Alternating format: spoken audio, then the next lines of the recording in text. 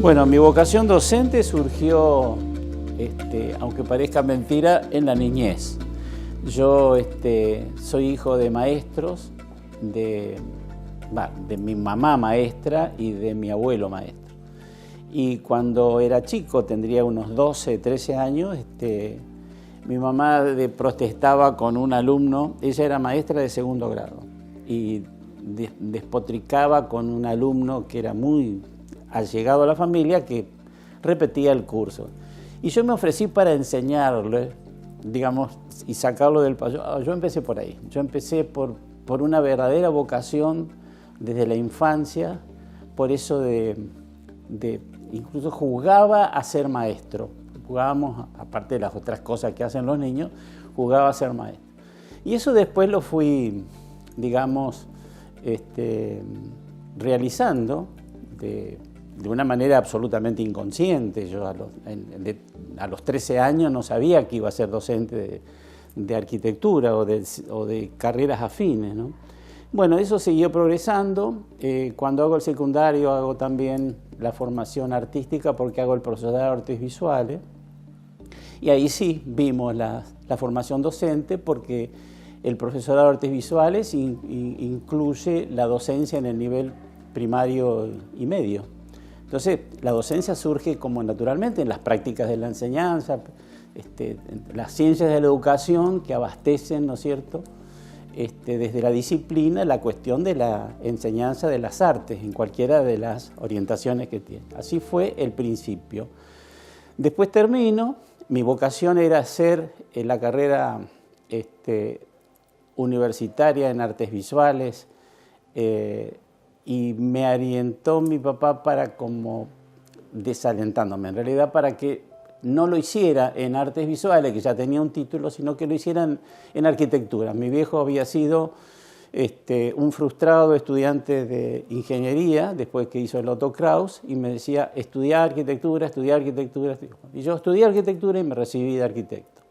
Entonces, en esa situación, inmediatamente, ya siendo ayudante alumno, yo empecé en Córdoba y terminé en Rosario, ya trabajaba como ayudante alumno. Era un sistema muy difundido, como es ahora, que uno rinde los concursos y puede ser ayudante alumno, ya sea en forma de honoren o rentada. Yo, de las materias que siempre elegí fueron morfología e historia de la arquitectura, en las cuales después hice especializaciones, ¿no es cierto? Pero ese fue mi arranque.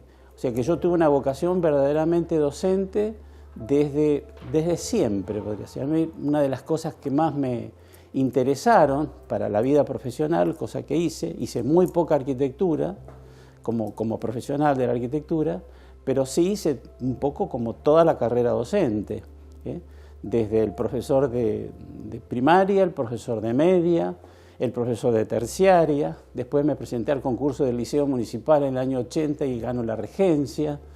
Después ganó la titularidad del Liceo Municipal en su integralidad. Después, bueno, la Facultad de Arquitectura lo mismo, tanto en la Facultad de Rosario como en la de Santa Fe. Empecé en la Católica, por supuesto, invitado por la gente de la Universidad Católica. Viví todos los episodios de creación de la carrera de arquitectura en la UNL, con la historia que todos conocemos y que se cumplen 40 años este año 2025.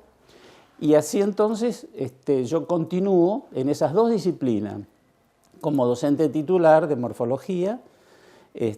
Morfología 3 me tocó porque en el cambio de plan de estudio inicialmente daba la 1 y la 3. Cuando se hace la replanificación de la carrera, pusimos así como parámetros de que las 3 titularidades sean independientes.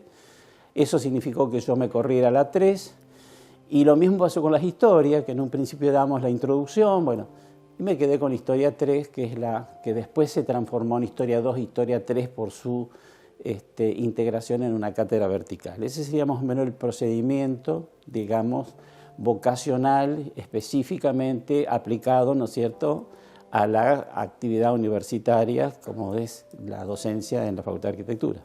Te imaginas que con tantos años de docencia uno tiene anécdotas que podríamos estar entre las luces y las sombras, ¿no? Tenemos historias, algunas muy agradables, ¿no es cierto? Toda la docencia tiene esa especie de mundo maniqueo, de cosas muy bellas y cosas muy oscuras, pero bueno, yo, para serte sincero, fuera de lo que recién mencionaba, así como al pasar la experiencia de la Universidad Católica, que fue muy frustrante, porque en realidad recién releía un trabajo que hicimos a propósito de los 15 años de la Facultad de Arquitectura, que salió en la revista Polis, reflexionaba sobre los modelos que estuvieron en colisión en el año 1985, que fue cuando se creó la facultad. Pero bueno, es muy largo para contarlo, pero sí tiene que ver con la pregunta.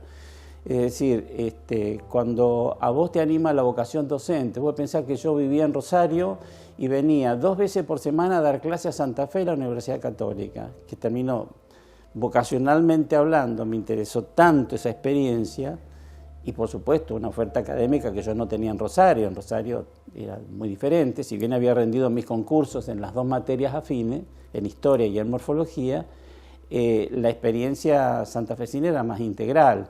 En aquel momento, yo te estoy hablando unos años antes de la democracia, Monseñor Saspe me invita a ser docente titular de 2 materias y ocupar la Secretaría Técnica de la facultad.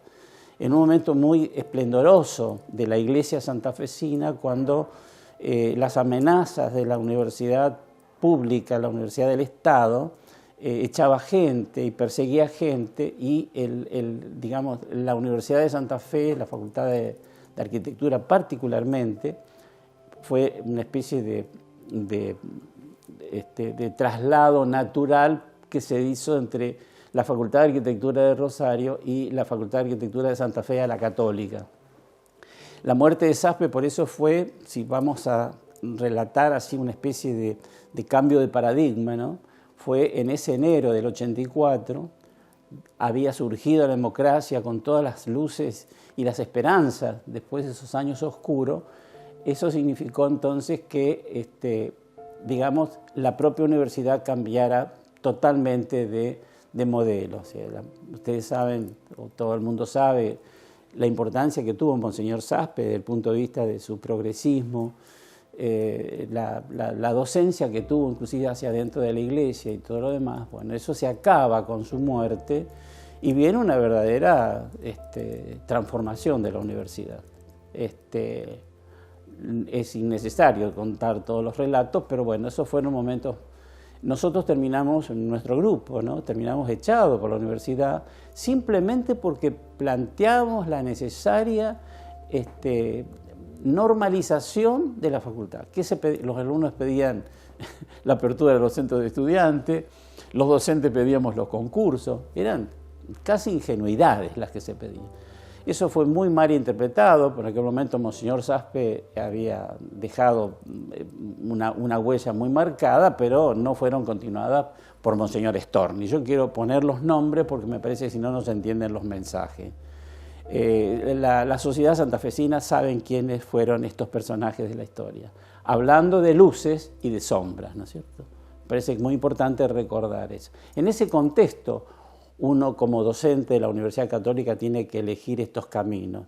Y el camino que se eligió fue el camino que eligieron los estudiantes y que de alguna manera, no vamos a historiar todo eso que fue muy largo, significó la creación de la facultad, donde la huelga de hambre, esa afiliación política a la famosa 13 de julio, y es el propio obispo que dice que la preservación de la vida por los chicos que estaban en huelga de hambre era una responsabilidad del Estado. Entonces, ese es, digamos, es la frase originaria y podríamos decir el fundamento fundacional de la Facultad de Arquitectura en la Universidad del Litoral. Esa frase, que la responsabilidad de la vida humana no pasaba por la Iglesia, sino que pasaba por el Estado.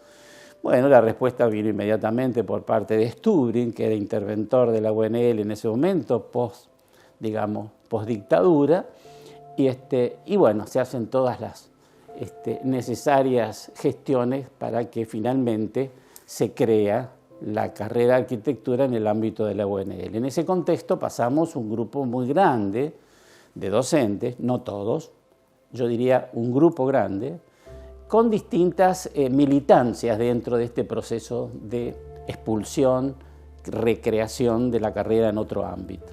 Así fue como yo integro el equipo en la UNL, después viene la gestión de Carly como delegado organizador, después viene la gestión de Storero como el primer decano de la ley, y así continuamos, digamos, todas las transformaciones, rendimos nuestros concursos en el 89, y ocupándose esos, digamos, esos lugares, como te había explicado, en mi caso, la docencia en morfología y la docencia en historia de la arquitectura. Bueno, yo no quiero ser vulgar, pero para mí la docencia de la vida es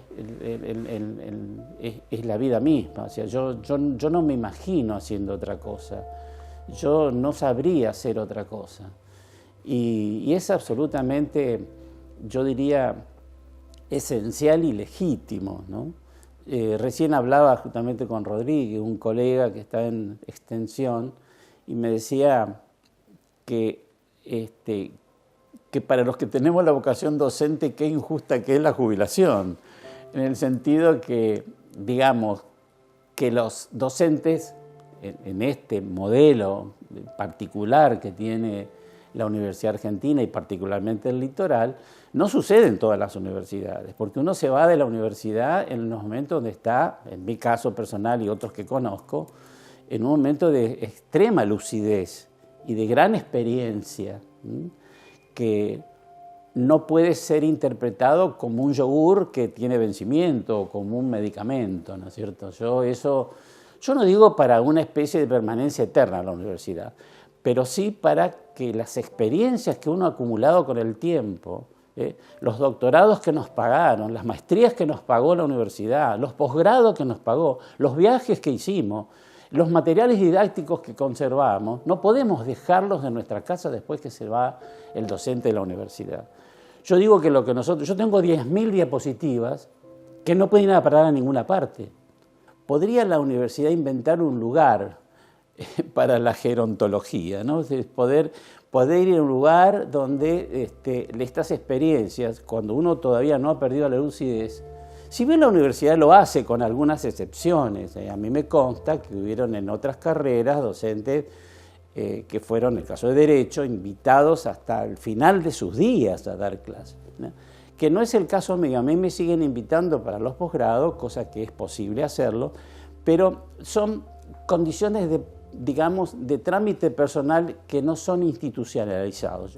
No debiera la Universidad del Litoral perderse la experiencia, no lo digo solamente por arquitectura, lo digo por otras experiencias. Yo no tengo otra vida que no sea esta, o sea que representa, en mi caso, la existencia misma. Porque hay personas que han podido separar esta cosa del homo faber, del hombre que trabaja en una cosa y que hace otra vida de la cual disfruta. No, en algunas experiencias esas cosas van en una sola existencia, digamos, ¿no? Yo no sabría hacer otra cosa porque creo que ahí fue donde yo más desarrollé mi actividad con todo lo placentero que eso significaba. Yo estudiaba y sigo estudiando todavía, pensando que uno nunca termina de aprender. Y bueno, y hay cosas que, por supuesto, uno hace una lectura mucho más selectiva, la otra estaba mucho más orientada a esa docencia cotidiana, pero en este caso personal, yo incluso lo comento con gente afín, y seguimos leyendo, seguimos estudiando, ¿eh? Así que bueno, eso es lo que te quiero decir. Mi experiencia en la UNL fue espléndido, fue placentero, porque fue muy simple trabajar, porque estaba todo previsto. Como fuimos nosotros del grupo fundacional y estuvimos desde el principio en ese ideario, digamos, de lucha y de creación de la facultad desde cero, hasta que nos fuimos de la facultad, ese fervor duró, o sea que yo no puedo decir que hubo dos facultades, porque hubo un decano de una manera, no, hubo una continuidad que en lo personal eso puedo rescatar como muy positivo. Y siempre en un contorno de institución, ¿qué es lo que vale, ¿no es cierto? Porque uno puede tener como ser humano una experiencia más o menos buena en cualquier lugar, pero aquí yo lo que quiero marcar es la condición de institucionalidad de todas las cosas que hemos hecho. Y eso es muy valioso, porque es la institución la que nos contuvo, no hubo absolutamente conflicto, nunca se te observó una bibliografía, un criterio de cátedra. Ese relato de la libertad de cátedra realmente es un ejercicio desde la propia moral del docente, y eso también es importante. No en todos los lugares sucede lo mismo. Y arquitectura tiene ese prestigio y yo quiero también marcarlo como una condición que es muy valiosa.